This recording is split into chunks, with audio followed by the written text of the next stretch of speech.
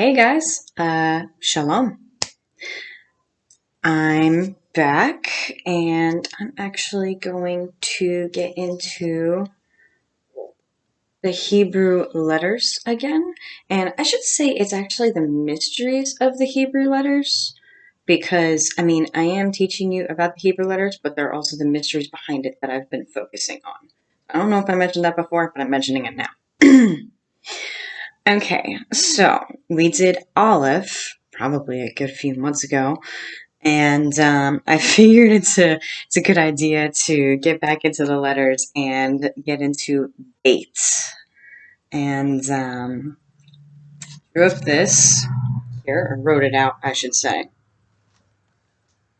Now, here's the thing. Beit. Let me get better lighting for my face. There we go. Okay, so Beit is the second letter of the Aleph Beit, and what I don't think a whole lot of people know is that it's not just the letter Beit, but it's also known as Veit. And this is why. So you see here that this little box-shaped thing has sort of like a window or an opening to it. That is the letter Beit. Or Veit, I should say, because it has no dot in the center of it. So that makes the V as we know it. But here, this one has a dot in the middle of it. I don't know how well you can see that. This one has a dot in the middle of it, which makes the B sound, the Beit of it. And again, I said it's the second letter of the Aleph Beit. The important thing is that, nope, I'm not using that. The Beit is made up of 3 vavs, which is actually a letter that comes along further later. A lot. Not a whole lot later, but comes along later.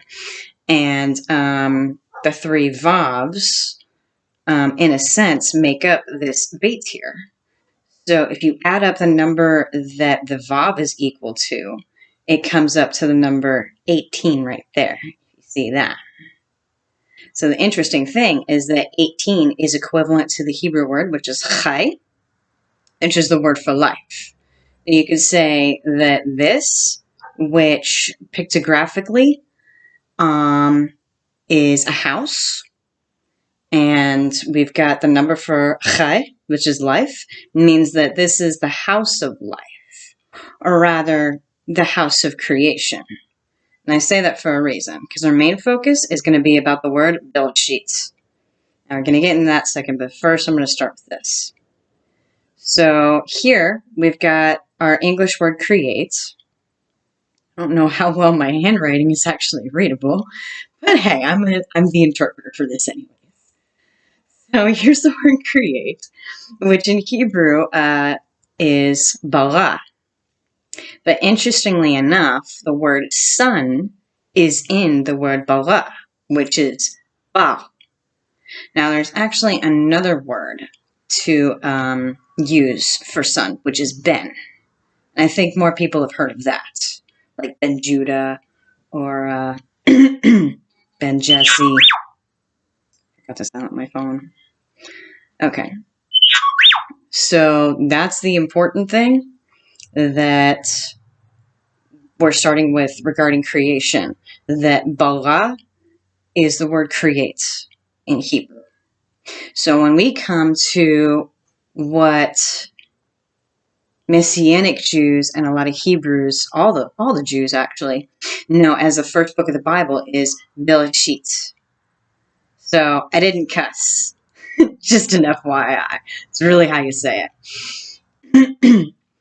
So Bereshit is what we know as in the beginning in Hebrew. But most people actually know the word Genesis, which is the Greek word for the beginning and the start of everything, literally the existence of everything. But Bereshit literally is the phrase in the beginning in Hebrew. And let me actually go into detail for you on that. The B is kind of like appendage. I don't know if appendage is the right word, but the B in here, the BE actually, is the just kind of, the BE means in. I'm going to just say that. The BE is in. The Lish is head. And the Eat, I think it's Lishit, that actually is in the beginning. Because that's what it means, in the beginning. But here's the thing. Now we break down the word in Hebrew. If you see here, I kind of sectioned off certain things. So, first thing that we're going to take note of is that son is in here, which is really important because Jesus is instantly, Yeshua is instantly in the first 3 words of the Bible, addressed as the son, which is Ba. So, Ber kind of makes up that, which is one thing that I didn't write in here. But yeah, that would be that part right there. But the important thing is that this B8 makes up that house, literally is the house. The most important thing is that in between is the word Rish, which can also be Rosh, which means head. And that head is Yeshua.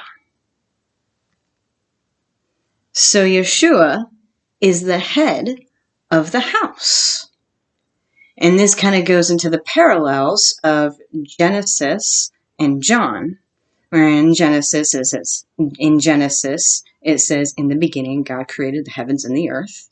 But in John 1:1 it says, and Yeshua was with God in the beginning. So those are the parallels all fitting right into this word Bereshit, as Yeshua being the head with God. So now, the next important thing is, that's my elaboration on Bereshit. Going to get into this whole 2 worlds thing here. And the interesting thing is that Beit, yes, it is the second letter of the Aleph, Beit. But interestingly enough, it implies that since it is the second letter, that means that there are 2 worlds, not just one.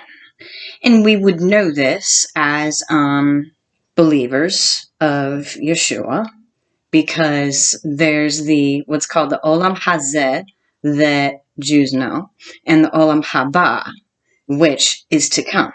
So Olam Hazeh is this world, and Olam Haba is the next world to come. Even more interesting is Olam Haba, literally Olam, world. Ha, the, or to, and Ba, come. So, literally means that. But interestingly enough, Ola Hazeh means is world this. The this. So it's this world, literally, which I think is pretty funny and pretty cool. So because of that, the 2 worlds are just instantly in the Aleph Beit, which I really like. Now, lastly, and this one is kind of the more interesting thing to get into, it's a midrash, which is kind of like a speech sermon. I don't know if I've ever had to mention that before, but in midrash, it's understood that when God was trying to find what letter would start his Torah, he pushed out all the letters and chose Beit because it would bless him with the word Baruch, which is even more important because all the Jewish prayers start with Baruch atah Adonai Eloheinu melech haolam. Every single one of them has that in there. So every single time you're praying, you're using the word Beit, and you're using the word Baruch, and you are blessing God, which is a way of giving thanks. which defines the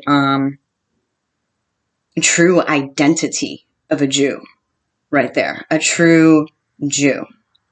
One who is grateful, one who praises. Because Jew came from the word Yehuda. Yehuda. And our Y, no, their Y translated to RJ. So Jehuda, Jew, yeah, it just all fits. Okay, so I think, no, the last thing I was going to say is this also kind of gives an image and tells a story in and of itself in my book, in my opinion. But I still think this sounds really cool because we found the word son in Bereshit. We know the word house is in here. And we also know that he is the head, which means that he is King of Kings, Lord of Lords, God of Gods. So I like to kind of phrase it this way. The Son of God is in the tent, and the Prince of God has gone out of his home to come to our world. And he comes to earth at an appointed time, for an appointed time. So there you have it. That is my digression of the letter Beit. That is my explanation of the letter Beit. And I know, again, that was an elaboration of the letter Beit, not so much Veit. And who knows, that's probably a more interesting study to get into just because it's so rare. I'd really have to do my research for that. That's my point. But that's what I have for you guys for today. So I hope you enjoyed this video. One thing that I'm going to make myself say, like, comment, and subscribe. You don't have to hit the notification bell because those things drive me crazy. I don't know about you. But everything else, please do. I really appreciate it. Y'all have a good day. Shalom.